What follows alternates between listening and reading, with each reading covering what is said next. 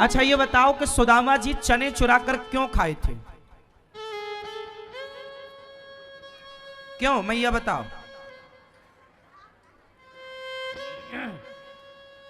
क्योंकि वो चने श्रापित चने थे। कैसे चने थे? ध्यान से सुनो।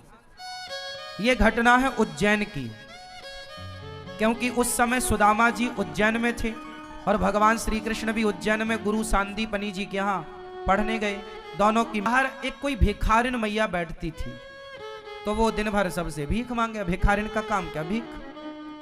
तो एक दिन उसे किसी ने चने भीख में दिए, पोटरी में बांधकर। तो बूढ़ी मैया ने सोचा कि सवेरे में चने का नाश्ता करूंगी, शाम को दिए होंगे चने। तो वो अपने तकिया के नीचे, वो वहीं पे भिखारी, वहीं पे वो खाए पिए वहीं रहे। क्षिप्रा में जाके नहा आती थी। अब उसने तकिया के नीचे वो अपने चने छिपा करके और सो गई। सो रही थी और ये भिखारी के पास चला गया चोर, कोई शराबी रहा होगा। तो उसने तकिया के नीचे हाथ डाला तो उसे वो चने की पोटरी पकड़ में आई। अच्छा वो शराबी था, उससे लगा कि इस पोटरी में कुछ माल इसने बुढ़िया ने छिपा रखा होगा। तो वो पोटरी लेकर के चोर वहां से भागा और वो क्षिप्रा नदी के तट पर पहुंचा, वहीं जहां सांदीपनी गुरुजी का आश्रम था। अरे ये तो चने की पोटरी, जरा सा खोल के देखा चने। चोर को लगा मैं चने का क्या करूंगा, तो वहीं फेंक दिया। और जहां फेंका वो सांदीपनी जी का आश्रम था और बिल्कुल द्वार के पास फेंका, दरवाजे के पास। उसी समय वो भिखारिन क्षिप्रा में नहा धो करके अपने वापस स्थान पर गई और तकिया के नीचे हाथ डाला उसे भिखारिन ने, तो वहां चने की पोटरी गायब। जो मेरे चने खाए वो मेरी तरफ बिल्कुल भिखारी हो जाए, गरीब।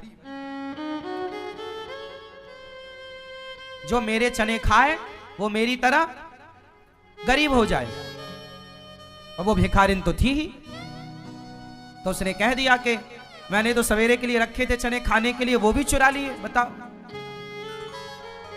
अब वो चने हो गए श्रापित। भोग से क्षिप्रा नदी में स्नान करके गुरु माता भी आ रही थी, तो उन्हें द्वार पर वो चने की पोटरी दिखी। तो गुरु माता को ये लगा कि कोई विद्यार्थी, क्योंकि वहां बहुत सारे बच्चे पढ़ते थे, तो उन्हें लगा कि कोई बच्चे ने यहां चने फेंके हैं, चूंकि उनके ही द्वार के अंदर था। तो वो उठा कर ले गई और उन्हीं चनों को भूंज कर कृष्ण और सुदामा आज लकड़ी लेने जंगल गए। तो गुरु माता ने वही चने भगवान कृष्ण को दे दिए बांधकर कि कन्हैया ये चने तुम ले लो, भूख लगे तुम खा लेना। सुदामा जी भगवान कृष्ण वो चने की पोटरी लेकर चले। अब भगवान बोले सुदामा भूख लग रही है। अब सुदामा तो जानते थे, जान गए कि ये चने श्रापित चने हैं। तो सुदामा जी ने बोला कि पहले आप नहा लो कन्हैया, फिर खाना। तो पहले भगवान को नहलाने के लिए वो भेज दिए कि जाओ नहाओ क्षिप्रा में। तब तक भगवान के हक के चने सुदामा जी ने खुद खा लिए। इसलिए खाए क्योंकि सुदामा जी जानते थे इस बात को। कृष्ण के जो चने चुरा कर खाए वो इसलिए नहीं खाए कि सुदामा जी कोई चोर थे, उसका रहस्य समझना पड़ेगा आपको। वो चने श्रापित थे, इसलिए वो चने सुदामा ने खाए कि मित्र के हिस्से की गरीबी मुझे आ जाए। इसलिए सुदामा जी सारी जिंदगी गरीब थे, लेकिन उस गरीबी में भगवान के भजन को नहीं छोड़ा, भगवान के चिंतन को नहीं छोड़ा। और जो भगवान को नहीं छोड़ता तो भगवान उसके भाग्य की रेखाएं बदल देते हैं। सुदामा जी के तो जीवन भर के लिए गरीबी थी, पर भक्ति के कारण भगवान ने रेखाएं बदल दी और सुदामा जी को अंत में धन धान्य से भरपूर कर ही नहीं, सुदामा और सुशीला दोनों बुढ़ा बुढ़ी से दोनों जवान भी हो गए थे, क्योंकि संपत्ति का मजा बुढ़ापे में नहीं है। आपके पास बहुत सुविधाएं हो और शरीर बिल्कुल शिथिल पड़ जाए बूढ़ा, तो बूढ़े शरीर से संसार का सुख क्या लेंगे आप? भाई संसार का सुख लेने के लिए शरीर में शक्ति भी तो चाहिए। तो महलों का आनंद लेने के लिए शरीर में जान चाहिए। अब दोनों बुढ़ा बुढ़ी हो गए थे। तब भगवान कृष्ण ने और माता रुक्मणी ने सुशीला मां को सुंदर बना दिया। राज्य का सुख भोगा सुदामा जी। मतलब सुदामा के भाग्य में गरीबी तो थी, समझो, लेकिन जो भगवान की शरण में रहता है उसके भाग्य में दुख होता भी है। तो भगवान की शरण में जाने से भगवान उसके भाग्य की रेखाएं बदल देते हैं। भाग्य विधाता है ना भगवान। भगवान क्या नहीं कर सकते। मेरी मृत्यु है पर मैं भगवान की शरण में हूं, तो भगवान टाल भी सकते हैं, मर्जी उनकी। टालें और ना टालें तो भी उनकी मर्जी। इसलिए आपको भगवान की शरण में रहना चाहिए। और 4 वर्षों का राज्य दे दिया, 36,000 वर्षों का राज्य दे दिया। भगवान जब देते हैं तो छप्पर, देने वाला जब भी देता छप्पर। यह कहावत कब से शुरू हुई? इस कहावत की हिस्ट्री पता है? नहीं, सुना दूं? एक पंडित जी और एक पंडितानी थी, बड़े गरीब थे। सुनो, तुम्हारे भगवान ना ठीक नहीं है। क्यों? हम लोग इतने बड़े भक्त हैं, आप इतनी भक्ति करते हो, पर देखो गरीबी कितनी है। पंडित जी समझाएं, भाग्यवान सब्र रख, ईश्वर जब देगा तो छप्पर फाड़ के देगा।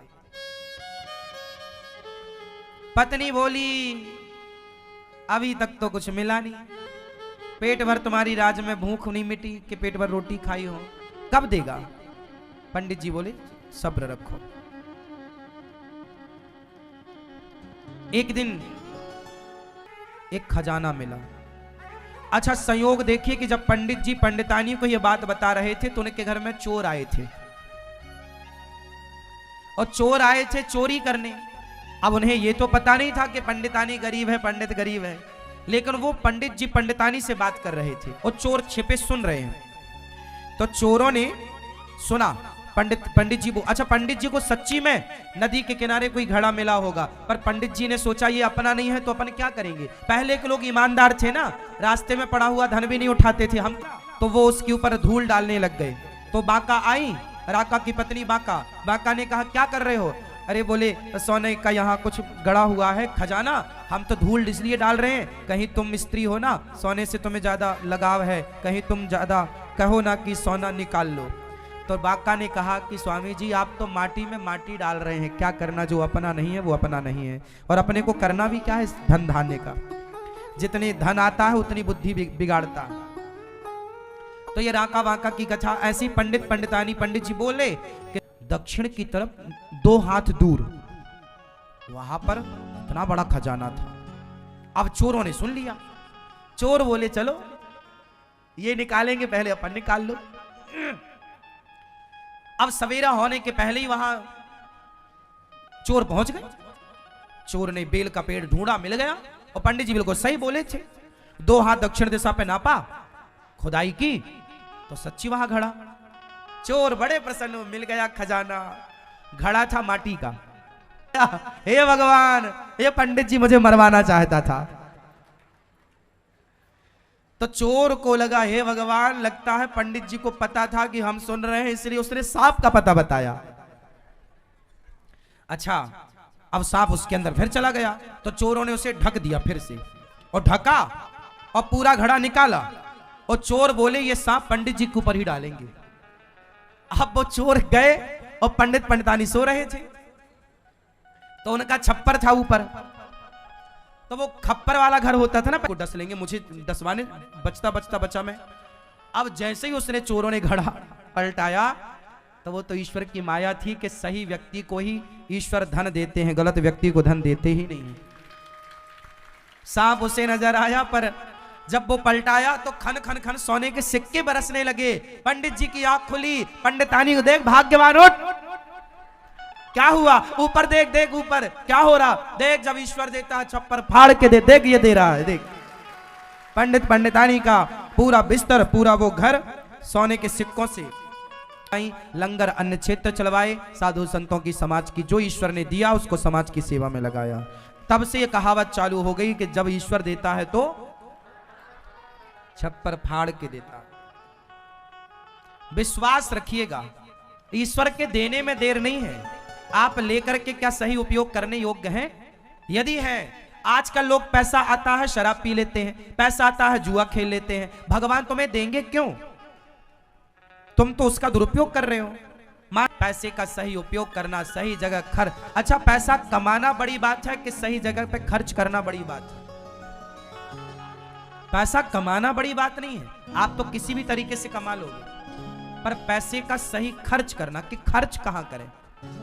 कोई शराब में खर्च कर रहा है, कोई ज्यादा पैसा आता है तो नचनिया नचाता है, हाँ या ना? फिर अब ये पैसे का सही खर्च है? पैसे का सही उपयोग क्या है कि ईश्वर धन दे तो समाज की सेवा